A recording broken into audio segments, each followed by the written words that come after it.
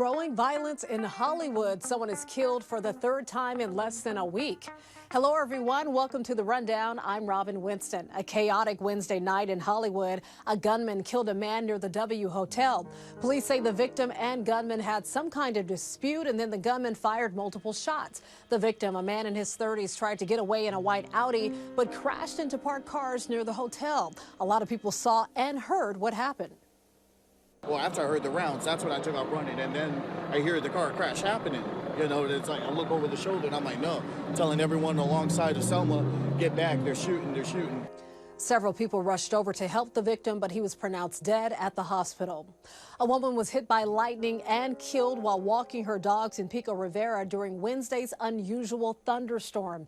52-year-old Antonia Mendoza was a mother of two and a grandmother. Her landlord shared this video captured on her home security camera. She says it's Mendoza with her two dogs, Luna and Chubby.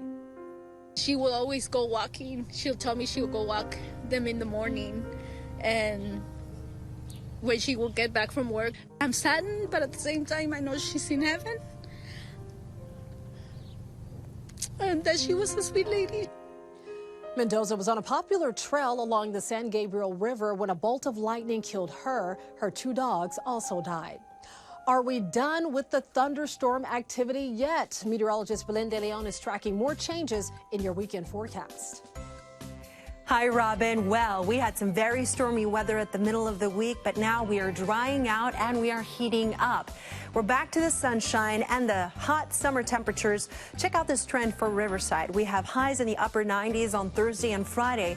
And over the weekend, it's going to be pretty hot for those backyard barbecues. We're looking at triple digits all the way through next Monday. Now, today, still a small chance for some showers in the mountains and deserts at about a 10%. The weather heats up and dries out through the weekend, but at the beginning of next week is when we could see another chance for monsoon storms, the chance for rain in Big Bear next Monday at 20%. Still very far away and lots of things could change. Stay tuned to your forecast, at least in the short term. Brace for the heat, stay hydrated and cool. Back to you. The Uvalde, Texas School District has put its police chief on administrative leave nearly a month after the mass shooting at an elementary school that killed 19 children and 2 teachers.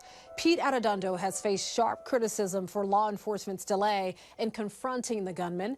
Texas officials say he incorrectly treated the gunman as a barricaded suspect instead of an active shooter, and more than an hour passed before federal agents entered the room and killed the 18-year-old. An attorney for Arredondo has not responded to an NBC request for comment. Doctors say the Inland Empire has its first possible case of monkeypox. They're treating a 60-year-old man from somewhere in the eastern part of the country who's showing signs of the disease. They say he has not needed to go to the hospital and there is no threat to the public. Probable cases have also been detected in LA and San Diego counties. Meantime, the Biden administration has begun shipping monkeypox test kits to commercial labs as they try to speed up diagnosis. So far, 142 people in the U.S. have tested positive for the virus. You may be seeing more and more electric and hybrid cars on the road, and now Los Angeles is also working on going greener. LA may soon become the largest city to ban any new gas stations from opening up in the city. A staff member in Councilman Paul Corrett's office says that he hopes to see the policy move forward by the end of the year. The plan was inspired by a Northern California city. Last year, Petaluma became the first to ban new gas stations. Meantime, gas prices continue to inch down. Thursday's average price for a gallon in LA County is $6.39. That's 1 cent less than Wednesday and about 7 cents lower than a week ago. Thursday's prices for Orange, Riverside, San Bernardino, and Ventura counties are also on your screen with the changes from the day before. But on July 1st, the price will go up in California. That's when a 3-cent tax goes into effect. Millions of people may just now finally be getting their tax refunds from last year as the IRS digs itself out of a massive backlog. According to a watchdog report, the agency had a larger backlog of paper tax returns than it did this time a year ago, and it's processing them at a slower pace. The report also found that wait times on the phone increased. A proposal sent to lawmakers suggested spending money on upgrading technology at the IRS to prevent backlogs from getting worse. Heal the Bay released its annual beach report card. The nonprofit grades more than 700 beaches. So, after a year of oil and sewage spills, how'd we do? Surprisingly, most beaches across the state are still much cleaner than they've been in decades. 94% were rated clean and 51 beaches had perfect scores. But you have to take the good with the bad, right? So here's a list of the state's top 10 dirtiest beaches, and 3 local beaches made the list: Santa Monica Pier, Mother's Beach, and Newport Bay. We now know several Dodgers legends will be stepping up to the plate at the Fan Fest leading up to the MLB All-Star Game next month. Playball Park will be set up at the LA Convention Center between July 16th and the All-Star Game on the 19th. Former players from around the league will be there to sign autographs for fans, pose for photos, and lead skills clinics. Among the Dodgers greats who will be there, Steve Garvey, Fernando Valenzuela, and Jerry Hairston Jr. For a limited time, you can get tickets for just $20 at allstargame.com with the code word PLAY.